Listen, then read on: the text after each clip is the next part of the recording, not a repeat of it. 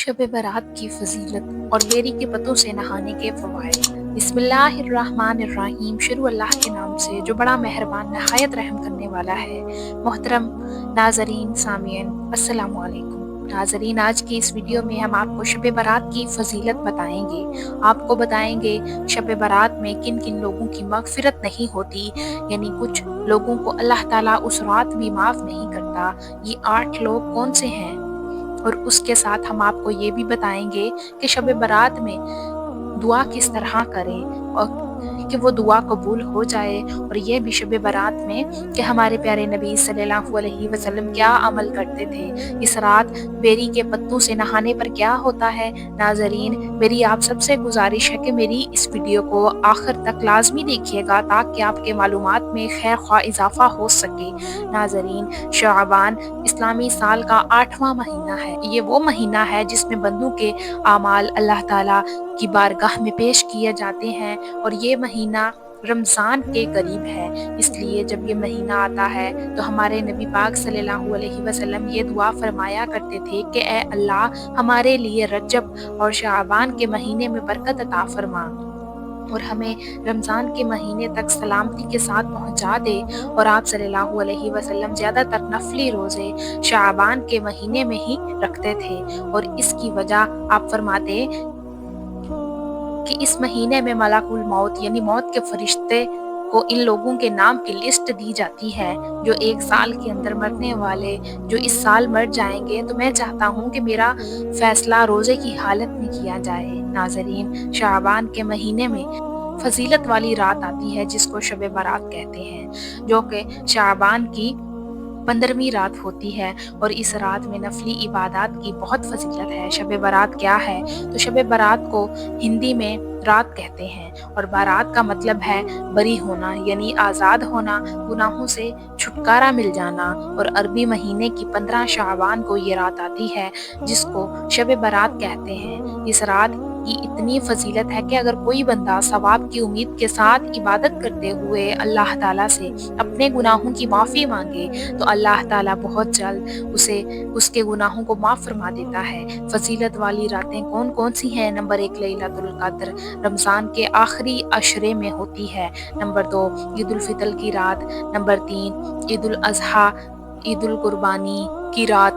Number 4 15 शाबान की रात यानी शब बारात। इस रात की खासियत क्या है नाज़रीन? जिस तरह पूरे साल का बजट सरकार पेश करती है कि पूरे साल क्या होगा, इसी तरह इस रात में आने वाले साल के तमाम कुदरती कामों का जायजा लिया जाता है जो कि अल्लाह ताला फरिश्तों को दे देता है, जैसे लोगों की ज़िंदगी और मौत वगैरह। इस रात में क्या कोई ख़ास इबादत है?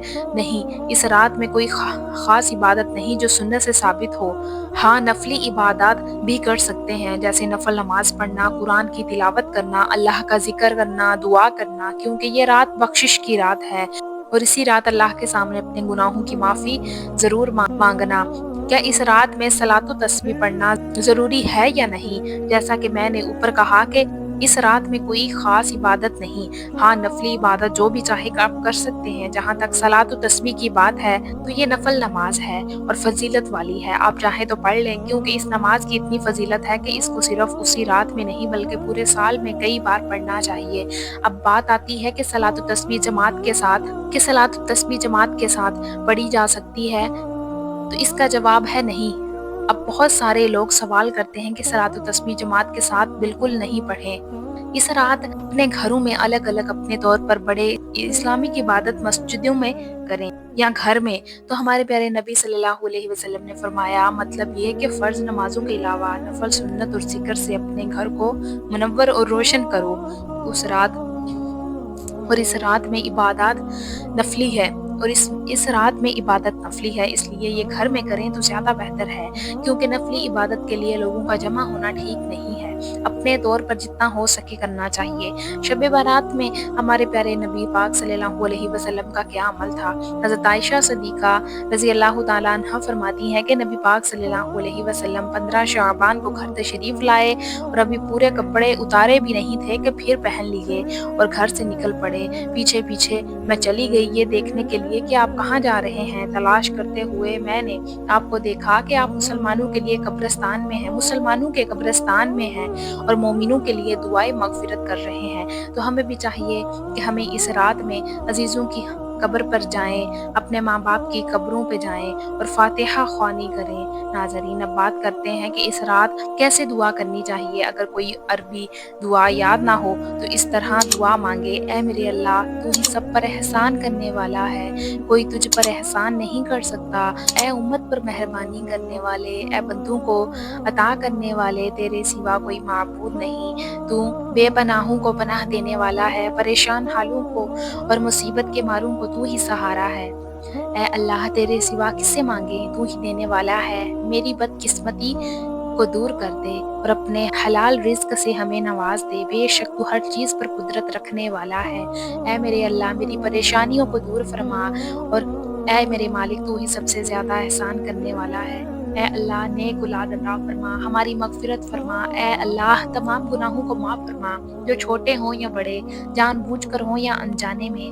اے اللہ، ہمیں مانگنا نہیں آتا، ہمیں وہ سب عطا فرما جو نبی پاک صلی اللہ علیہ وسلم نے تجھ سے مانگا اور جن چیزوں سے ہمارے نبی پاک صلی اللہ علیہ وسلم نے پناہ مانگی۔ اے اللہ، ان تمام چیزوں سے ہمیں پناہ دے۔ ناظرین، اب بات کرتے ہیں کہ اس رات لوگوں کی مغفرت کیوں نہیں ہوتی۔ نمبر 1، مشرک یا اللہ کے علاوہ کسی اور سے فائدہ اور نقصان کی امید رکھنا، اللہ کے علاوہ کسی اور کو پوجنا، اس کی عبادت کرنا۔ ایسا شخص اس رات میں بخشا نہیں جاتا جب تک کہ وہ توبہ نہ کر لے۔ نمبر 2، دل میں کینہ رکھنے والا، حسد کرنے والا۔ ناظرین، کینہ یہ ہے کہ انسان اپنے دل میں کسی کو برا جانے، اسے شریعت کے خلاف دشمنی اور بغض رکھے، نفرت کرے تو اس کو کینہ کہتے ہیں۔ اس کا علاج یہ ہے کہ اس کو معاف کر کے اس کے ساتھ میل جول اور تعلقات شروع کر دیے جائیں۔ نمبر 3، رشتوں کو توڑنے والا۔ ناظرین، رشتہ داروں کے جو حقوق ہم پر واجب ہیں ان کو ادا نہ کرنا، ان کے ساتھ بدسلوکی کرنا، تعلقات ختم کر دینا، یہ رشتوں کو توڑنے میں آتا ہے۔ ایسا شخص اس رات میں بخشا نہیں جائے گا۔ نمبر 4، شلوار ٹخنوں سے نیچے لٹکانے والا۔ پجامہ، شلوار یا لونگی جو بھی آپ پہنتے ہیں، ٹخنوں سے نیچے پہننے کے بارے میں حدیث کا فرمان ہے، اللہ تعالیٰ اس شخص کی طرف نظر رحمت نہیں فرماتا جو اپنا پجامہ یا لونگی ٹخنوں سے نیچے لٹکائے۔ اس عمل کی وجہ سے بندہ اپنی بخشش نہیں کروا پاتا۔ نمبر 5، والدین کی نافرمان۔ ٹھیک ہے، اس رات میں اللہ کی رحمت سے محروم رہنے والا شخص وہ بھی ہے جو اپنے ماں باپ کا نافرمان ہو۔ نمبر 6، شرابی۔ نمبر 7، ناحق قتل کرنے والا، یعنی کسی بے قصور کا قتل کرنے والا۔ اور اگر کوئی شخص ان گناہوں میں سے کوئی ایک گناہ بھی کرتا ہے تو اسے چاہیے کہ وہ یہ ٹھان لے کہ آج کے بعد یہ گناہ نہیں کروں گا اور آج سے صرف اللہ کی عبادت کروں گا اور گناہوں سے بچوں گا، تو اللہ تعالیٰ اس شخص کو معاف کر دے گا انشاءاللہ۔ تو چلیے اب ہم آپ کو بتاتے ہیں کہ بیری کے پتوں سے نہانے پر کیا ہوتا ہے۔ ناظرین، بیری کے پتوں سے نہانے پر اس کے بہت سارے فوائد ہیں جو آج ہم جانیں گے۔ شب برات کی جو رات آتی ہے اس رات میں آپ کو ایک غسل کرنا ہوتا ہے۔ یہ غسل بڑا ہی فائدہ دیتا ہے۔ اس غسل کے ذریعے آپ ان گنت فائدہ حاصل کر سکتے ہیں۔ شب برات شعبان کی 15 رات یا 14 تاریخ کے گزر جانے کے بعد، مغرب کی نماز پڑھ لینے کے بعد آپ پوری رات کسی بھی وقت غسل کر سکتے ہیں، کبھی بھی آپ نہا سکتے ہیں۔ اس غسل کا جو وقت ہے، جو ٹائم ہے، وہ مغرب کے وقت سے فجر کے وقت تک پوری رات ہے، لیکن نہانے میں تھوڑے بہت کچھ کام کر لینے ہیں۔ اس کے بارے میں کہا جاتا ہے کہ جب کوئی انسان جو غسل کرتا ہے تو اللہ تعالیٰ اسے پورے سال یعنی اگلے شب برات تک کسی بھی طرح کے جادو سے بچاتا ہے، جس کی حفاظت فرماتا ہے۔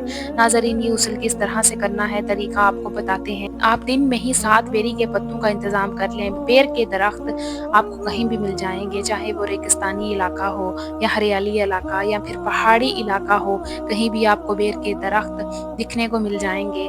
درخت چھوٹا ہو یا بڑا، 7 پتوں کا انتظام کر لینا ہے۔ تو مغرب کی نماز کے بعد آپ کو وہ 7 پتے ایک برتن میں پانی لے کر اس میں پتے ڈال دینے ہیں، یا پھر جس برتن میں آپ پانی گرم کرتے ہیں اس برتن میں ڈال دینا۔ اس کو ابالنے کے بعد آپ نے اس گرم پانی کو ٹھنڈا کر لینا ہے، اور آپ چاہتے ہیں کہ اس پانی میں تھوڑا تھوڑا ٹھنڈا پانی ملا لے تو ملا سکتے ہیں۔ ہیں۔ اگر نہیں ملانا چاہتے تو اسی گرم پانی سے آپ غسل کر لیں، بس اتنا ہی آپ کو کرنا ہے۔ اور وہ شب برات یعنی جو رات آئے گی شب برات، اس رات کو آپ کو یہ عمل کرنا ہے اور غسل کرنا ہے۔ انشاءاللہ اس غسل کی برکت سے آپ پورے سال جادو، زہر، عذاب اور دوسرے فتنوں، بیماریوں، بلاؤں اور مصیبتوں سے محفوظ رہیں گے۔